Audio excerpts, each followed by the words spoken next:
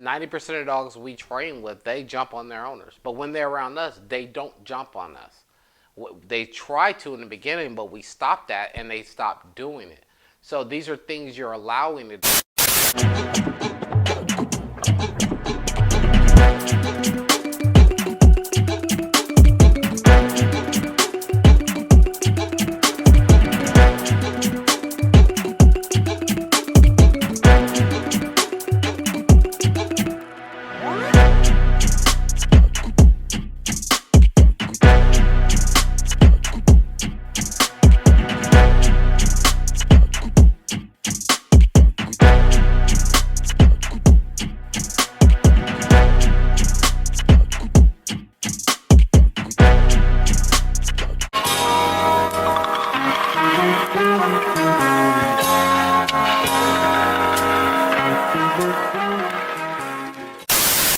Hey, what's going on, guys? Today we're going to have a dog training discussion, a topic about obedience and respect. I think a lot of people think in dog training that if a dog is obedient, they're going to respect everybody.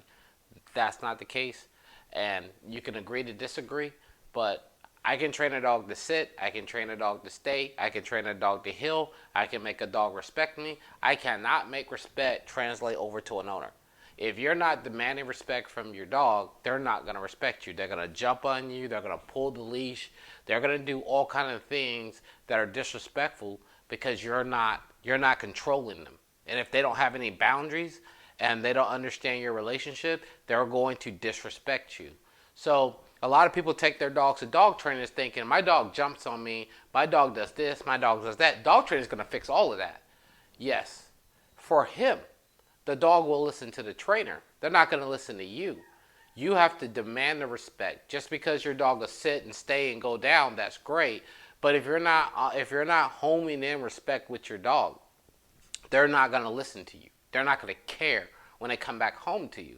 And that's something that people don't want to hear, and that's the God honest truth. Dog trainers can train your dog to do a lot of things, but they cannot make them respect you. And this is important for you to understand when you're sending your dog off to a trainer, and if you're hoping the dog trainer is going to fix all your ailments that you're allowing the dog to do, they're not.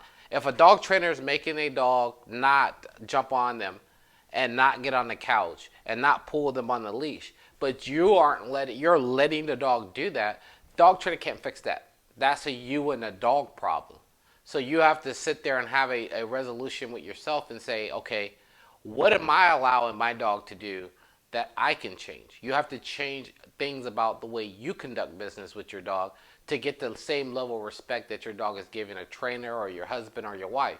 If you're allowing a dog to do certain things and it becomes tradition for the dog to do certain things when they see you, 90% of dogs we train with, they jump on their owners. But when they're around us, they don't jump on us. They try to in the beginning, but we stop that and they stop doing it. So these are things you're allowing the dog to do. I get it. We want to hug our dogs and we want to get excited and arouse them to jump on us because that's the way we think. That's the way we're supposed to greet our dogs. And that's actually not the way you greet your dog. You're teaching your dog excitement and arousal. That means your dog is constantly going to jump on you. They're going to jump on other people and you're not correcting it. All right. So respect is earned between the owner and the dog. That's not something someone can train your dog to respect you. You have to earn that. A trainer trains your dog obedience, how to sit, how to stay, here, come, all that stuff. That has absolutely nothing to do with respect. So if you're allowing your dog to exhibit bad behaviors, you cannot expect a dog trainer to fix those bad behaviors and then they're forever fixed if you're allowing the dog to do it once they come home. So that's important for you guys to understand, and I just wanted to get that out there. I think a lot of people think that respect and obedience are the same thing and that they can go between and they can send their dog off to a boot camp and they're going to come home and they're going to be extremely respectful to them. It doesn't work that way. Yes, you can send your dog off to boot camp to get trained to be obedient, but at the same time, it's up to you as the owner to make your dog respect you. And I'm not saying you have to abuse your dog or anything like that. What I'm saying is if you are doing things, for instance, if you free feed your dog, you're broken the relationship with your dog that they communicate with you because while you giving your dog food, You're responding. They need you. You need to be alive so they can eat every day. If they can just go in the kitchen and eat when they want, they're not going to have any respect for you because they actually don't need you. They can eat whenever they want to eat. So what do they need you for? So if you're creating an environment for your dog to disrespect you, then you shouldn't be surprised when your dog disrespects you. You know, if you're going out the door and you never stop your dog from running out the door and you never make them sit and wait, so you can't be surprised when they dart out the door and run down the street and you're chasing them because you never demanded respect for them to do it. And that has nothing to do with the dog. That's a lot with the owners of not being patient enough to make their dog sit and wait as they open the door. They just want to get it over with, and you're teaching your dog these bad habits. You know, I can go on for this. You know what I mean? A lot of people won't put their dogs on a prong collar that are pulled. They put them on a harness. Harness are made to pull. There's no such thing as a no pull harness. They marketed it. There's no such thing. If you put your dog on a harness and they pull you, you cannot be surprised when your dog is pulling you. You just can't be.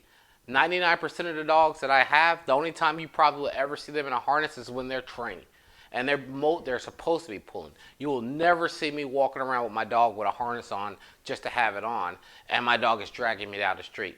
Why? Because I don't want to teach my dogs to pull me like that. And two, I'm going to demand respect by putting them in a prong collar. So if they try to, they're going to stop themselves from pulling me. Respect is earned. It's not given. So you need to build a relationship with your dog, build boundaries, and build this relationship with your dog that they need you. They need you for food. They need you for water. They need you for air. You have a good relationship with them. You demand that they do something and you give them something in return. If you're giving them things for free, like toys and food and everything, then there's nothing that you have to offer to get respect. Because dogs love toys. Dogs love food. Dogs love a lot of things. But they earn it from you. And once they earn it from you, you earn their respect. But if you're just giving it to them, and giving them and letting them lay up on the couch with you. And a lot of people do that. They let their dogs lay on the couch. I don't recommend that. If the dog is like 8 years old, that I don't care. But if the dog is 1 or 2 years old, they should not be on the couch with you. You're already deteriorating that relationship of respect because now the dog is on the same level as you. They feel that they get what you get. They're eating out of your bowl. They're eating out of your food. You leave food out for them all day. You walk them on a harness. You're creating an atmosphere of non-respect. The dog is going to disrespect you. And then when you see your dog with another trainer and the dog is not respecting the trainer, you're like, whoa, what's going on? Why doesn't he jump on him? Why doesn't he pull him? Because the trainer is demanding respect and you're not. So please understand the difference between respect and obedience. Obedience is to get the dog to do something. This is a transaction arrangement between me and the dog. I'm giving them a treat for them to do a behavior for me. That has absolutely nothing to do with respect. So again, I hope this one rolls over to a lot of people who are sitting there and they're listening and they're thinking, oh, yeah, that makes a lot of sense. You know, my dog may sit, but they won't come back to me. There's a lot of things in that. If you're walking your dog down the street and they are lunging forward at somebody, that has absolutely nothing to do with obedience. That's respect. So they disrespecting you. They don't care that you're telling them no. They're going to do what they want to do. If you tell your dog no and they don't do it, they respect your command. And now they're being obedient. Respect comes before obedience. So when you learn that order, you'll be able to manage your dog way better than you think you can. You demand respect and then you apply obedience on top of it. Dog trainers cannot make a dog respect you. They can make a dog obedient to you, but eventually the dog is going to start disrespecting you. So you have to change the way your behavior, what you do with your dog, to earn the respect while obedience is put on top of it.